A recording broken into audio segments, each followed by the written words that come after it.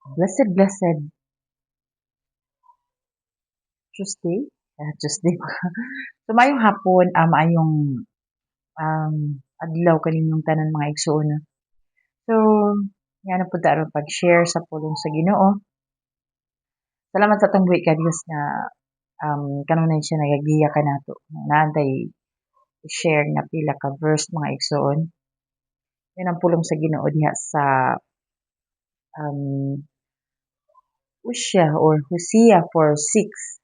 My people perish for lack of knowledge. So, dili pa mag-pray sa ta. Father God, salamat kayo ginoo takna sa karon nga adlaw Ginoo. Salamat Lord nga ikaw nagagiya kanamo labi na sa nagtan-aw dala kini nga video sa mga tawo nga nagkinahanglan ini Ginoo. Ug Lord, salamat Ginoo sa kung gamita akong baba sa pagsulti sa kamatuoran nga ang tanan nga magula sa akong baba dear spirit and life tulang dagdag bawas Ginoo kontrola ang akong ipamaba balang Espiritu Santo in Jesus mighty name. Amen. Okay, so um atong topic karon mga igsoon kini bitang diha sa Hosea o Hosea 4:6 no na ang akong katawhan nangalaglag tungod sa kakulang sa kahibalo. So, muna may igsoon nga kana bitang kung ang Kristohanon nga kulang siya sa kahibalo about sa iyang Ginoo no about sa iyang unsa ang iyang benefits as sons and daughters of God muna mga igsoon nga imong gitagaan si Satanas og kana bitang ah, advantage ba nga tungod sa kakulang sa kahibalo. So muna nga kung ang Kristohanon dili siya magtuon sa pulong sa Ginoo no ang iyang kinabuhi nagpuyo siya nga sama sa biktima ining kalibutan na no bisan nga siya ang manununod bisan nga siya dapat ang maghari no pero tungod kay walay kahibalo muna nga nabiktima siya sa iyang kaugalingon nga kana bitang tungod sa dili siya ah ingon ta nga 'di ba naay uban nga dili mo tuon sa pulong sa Ginoo no tungod sa tapol sa pagbisi ikaw ra gyud ang naghimo mga igsoon no ang tao ra gyud naghimo mga igsoon o kana bitang nga dili siya makahibalo sa pulong sa Ginoo no pero ingon ang pulong sa Ginoo diya sa 2 Corinthians chapter 2:11 ba sa ingon niini dili kita mabuntog ni Satanas kay nasayod man kita sa iyang mga laro so ang sa kalibutan mga igsoon no bisan sa imong sitwasyon diha sa imong kinabuhi no ang uban mga igsoon struggle sila no sa ilang mga kinilang sakit bitaw kini mga balatian mga igsoon number one gid kini no kung ikaw bitaw wala kay kahibalo padulong jud ka dito sa ospital no kwaon gid na imuhang kwarta diha sa bangko no nang uban mo na muna na nga tinigom o mo na muna na nga kuan mga igsoon no wala man sila kahibalo nga Jesus can able to heal you, 'di ba? Ang Ginoo once nga imong gidawat si Ginoong Hesukristo Jesus mga igsoon no, um ingon siya dinha mga igsoon nipuyo siya sa atong kasing-kasing, no? Kung imo siyang ipapuyo sa imong kasing-kasing, sabot pasabot no, naa siya naghari.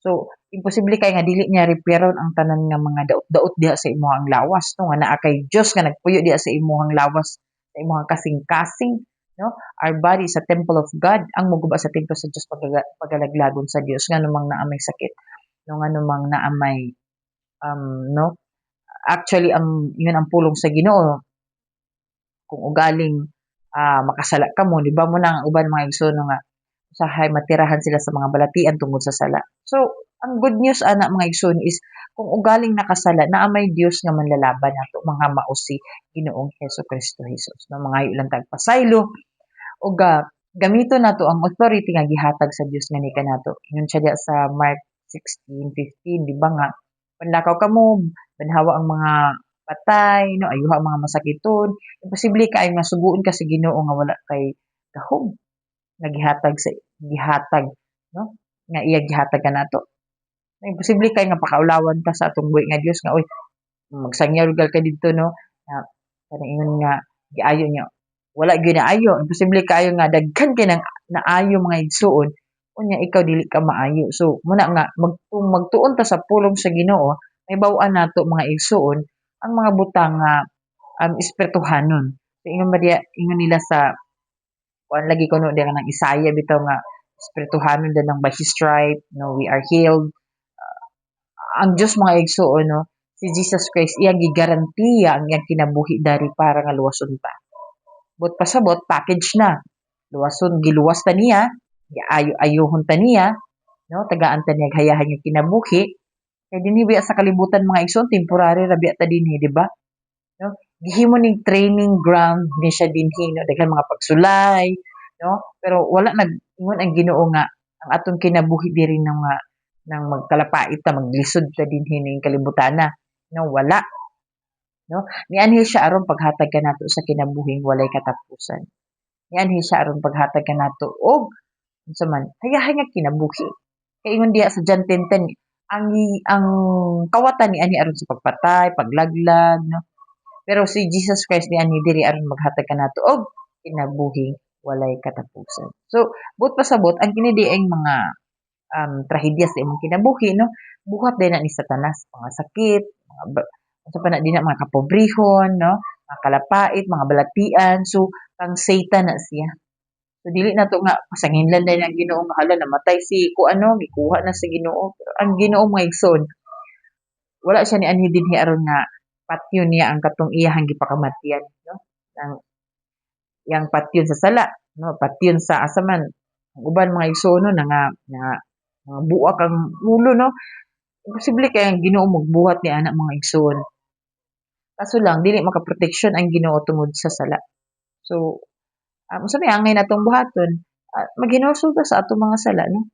Atong hinulsulan ng mga itagpasaylo sa atong um, sa mga tao nga imong nasad-an, sa mga sad og ngayo din tagpasaylo sa atong buhi nga Dios. So simple kayo ang sa Bible, no, una nga na naay proseso ba no sa ato ang pagpangalagad usab.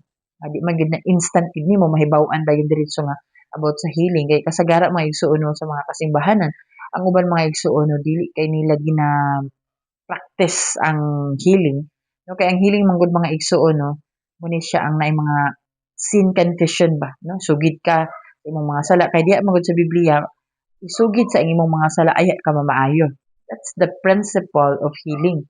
So muna mga igsoon ang uban naman maglisod pud siguro sila og sugid no nga oy nakasala sila they are committing adultery, no, even mga leaders or ang uban mga igsoon no nga naa sila sa kanabitang katungdanan nga kuan, no, una nga nagsalig na lang sila sa mga doktor na imagine nimo nga dili man hinuna siya dautan, no, kung kuan pa gid imong pagtuo so pwede ka didto sa asa man ka asa ka sa ospital ba ka mag-inom ba ka tambal din no kay di man pud na makapa-impyerno sa imuha, no, makapa-impyerno sa imuha no kining you reject Jesus Christ, no, imong i-reject si Ginoong Kristo Jesus mo na nga maimpyerno gyud ang tao.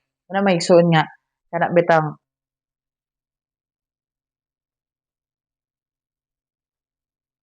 hayahay kaayo ta karon, no, naay gatudlo, no, tudloan ta sa pulong sa Ginoo. So inani bitaw nga conversation bitaw nga anang mag-share ta sa pulong sa Ginoo maka-gain ta og increase itong faith ba about sa kanang healing, no, kasi kasagara man gyud ang tao mga igsoon sa pagdaghan pa kaayo kag kwarta, no, kung naa kay sakit dili nimo ma-feel mga igsoon mga lami ang mga pagkaon dili nimo kuana dili na nimo ma-appreciate, no, kung nabi ta kay gibati diha na kay mga balatian nga gihambin, no, muna nga si Jesus Christ number one gid niya nga sa ministry, no, is kining healing.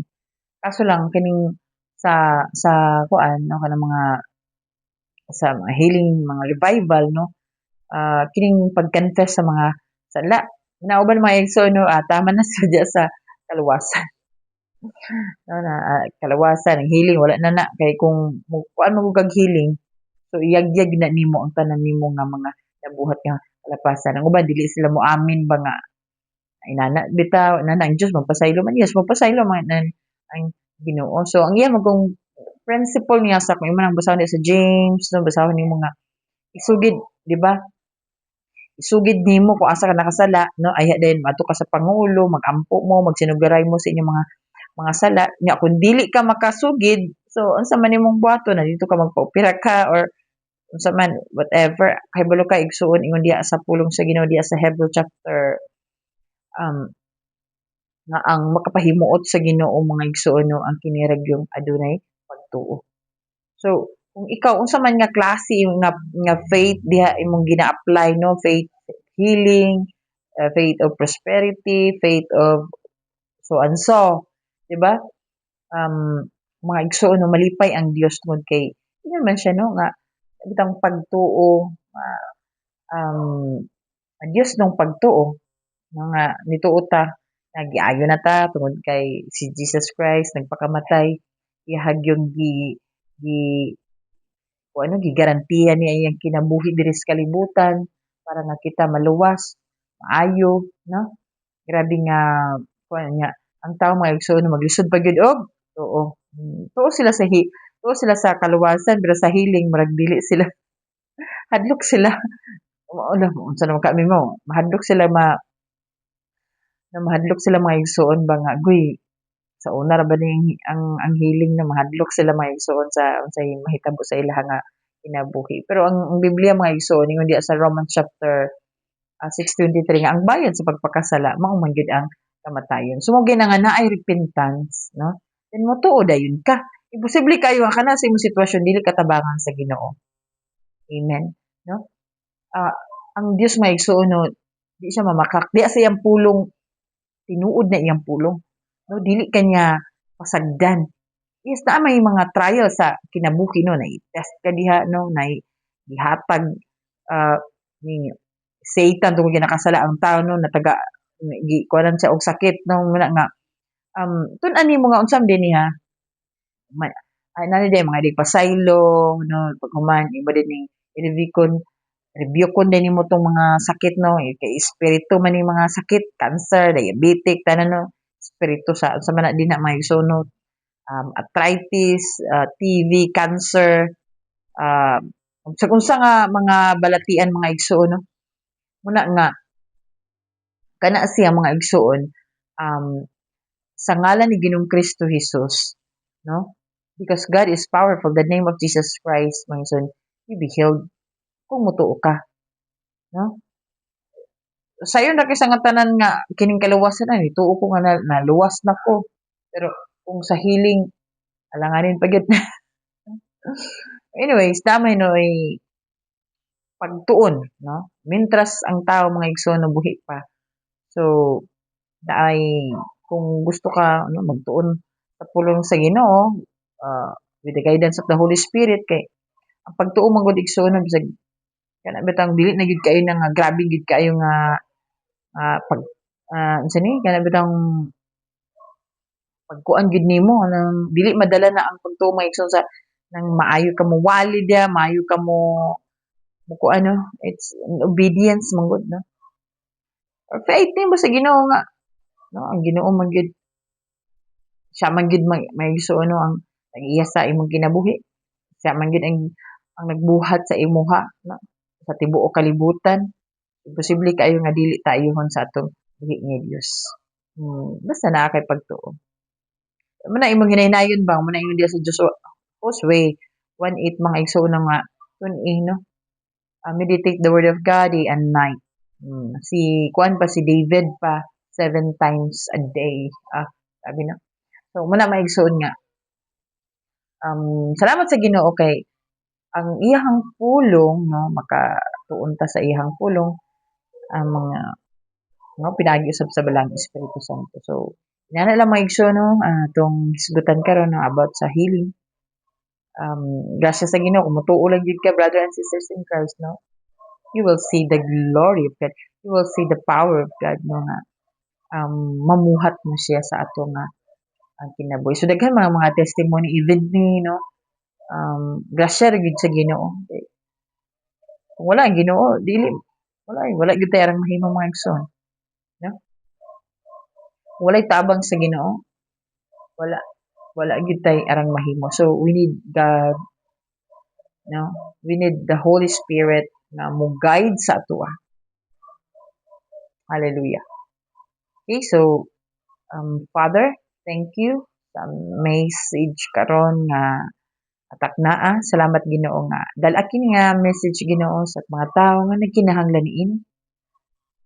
Salamat kay Lord kung aduna may dagdag bawas Father God, pasayloa ko. Salamat kaayo Lord sa kapasayloan. Ug salamat Ginoo sa kalinaw, kalipay, gugma ug pagpugong sa kaugalingon. Salamat Lord nga aming tanan nagmadasigon pinaagi usab sa tabang sa Blang Espiritu Santo nga mo'y nagagiya ka namo ngadto sa kadaugan mo nang all the glory and honor and thanksgiving belong to you alone. Father God, in the name of Jesus Christ, with the power of the Holy Ghost. Amen. So, God bless sa inyong tanan.